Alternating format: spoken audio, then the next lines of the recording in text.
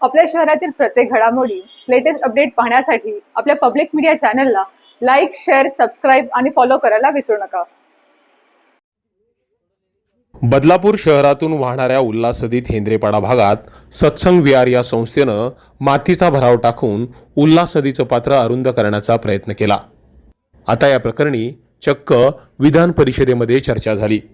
शिवसेना उद्धव ठाकरे गटाचे आमदार अनिल परब यांनी उल्हास नदीच्या भरावासंदर्भात प्रश्न उपस्थित केला.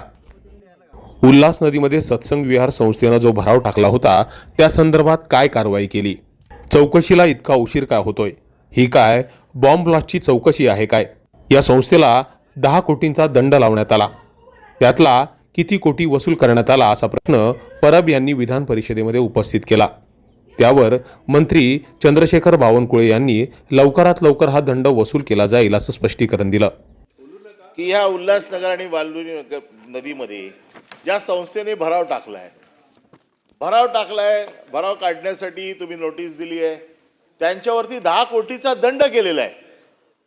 अरे तुम्ही त्यांच्यावरती गुन्हे दाखल करताय, 10 कोटीचे दंड करताय, तरी देखील हे लोक तुम्हाला बदत नाही आहेत.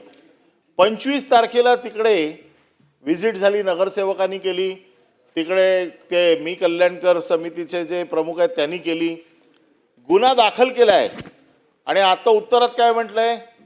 गुन्हा दाखल आहे आणि चौकशी अजून चालू आहे.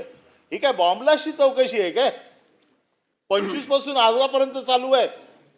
अरे ही चौकशी भर टाकली आहे, कोणी टाकली आहे? गुन्हा दाखल करा, त्याच्यावरती आरोप नक्की करा, चार्जशीट फाईल करून टाका.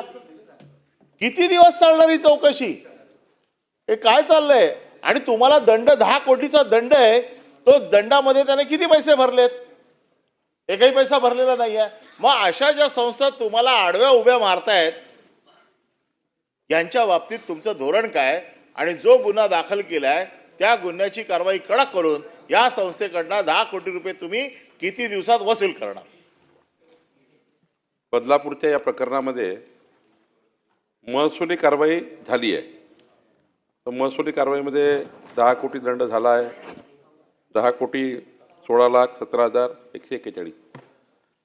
आता आपल्याकडे आतापर्यंत गौण खनिजमध्ये एकच बाब महसुली दंड झाला की गृह खात्याची कारवाई करायची नाही किंवा गृहाची केली तर महसुली करायची नाही.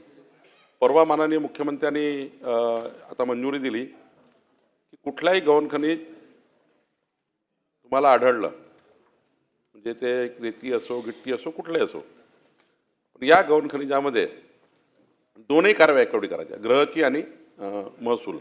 संस्थेने काही 10 कोटी दंड भरला नाही तर खरं तर ही एक सत्संग संस्था आहे आणि तिथे अनुकल चंद्र ठाकूर गुल या नावाने तिथे एक सत्संग भरतो. हे खूप जुने गुरु होते. 1,500 अनुयायी आहे. 4 वेळा तिथे तिथे ते जे नदी काठचा जो त्यांचा जमीन आहे, 10 हेक्टर जमीन आहे, तिथे त्याचा सत्संग भरतो. यांनी तिथे जे म्हणजे जी वस्तू आहे ती सांगायला पाहिजे आपल्याला. यांच्या शेतात ते पाणी जात असल्यामुळं, पूर्ण त्या सत्संगापर्यंत पाणी येत असल्यामुळं यांनी आपल्या जमिनीतली जी माती काढून त्या बांधण्याचा प्रयत्न केला त्या येणाऱ्या पुराच्या पाण्याच्या भागावर. पण यांनी चूक काय केली? जेवढी आपल्या जमिनीतलं माती उत्खनन केली तेवढी त्यांनी नदीपात्राच्या भागात टाकली, नंतर उचलून मग इकडे टाकणार असं त्यांनी भूमिका व्यक्त केली. म्हणजे अशी त्यांनी प्लान तयार केला. मग या तक्रारीवर एक आंदोलन झालं. या तक्रारीवर कारण यांच्या जमिनीत जे उत्खनन केलं त्यांनी नदीच्या पात्रामध्ये भराव टाकला, तो भराव पकडला गेला. तर यामध्ये आपण 3 पोकल्यान जप्त केले, कारवाई केली, पण त्यांनी कुठलीच परवानगी घेतलेली गोष्ट खरी आहे. त्याने कुणाचंच त्या ठिकाणी परवानगी न घेतल्यामुळं आपण सारं जप्त केलं. फक्त आता यांना फौजदारी गुन्हा दाखल करणे, त्यांच्यावर फौजदारी गुन्हा दाखल करायचा का की ज्यांनी पोकल्यान चालवले किंवा त्या कॉन्ट्रॅक्टरवर करायचा, हा एक भाग आहे, तेवढा आम्ही तपासतो. पण 10 कोटी दंड केला आहे तो वसूल महिन्याभरात करायचा असतो. 1 महिना मुदत कालच संपली आहे. आता पुढची 10 कोटी वसूल करायची कारवाई आम्ही त्या ठिकाणी सुरू केलेली आहे. पण भावना जी होती ती अशी होती, आपल्या सभागृहाला माहीत असली पाहिजे. उल्हास नदीच्या पात्रात बेकायदेशीरपणे सत्संग विहार या संस्थेनं मातीचा भराव टाकून उल्हास नदीचं पात्र अरुंद करण्याचा प्रयत्न केला होता.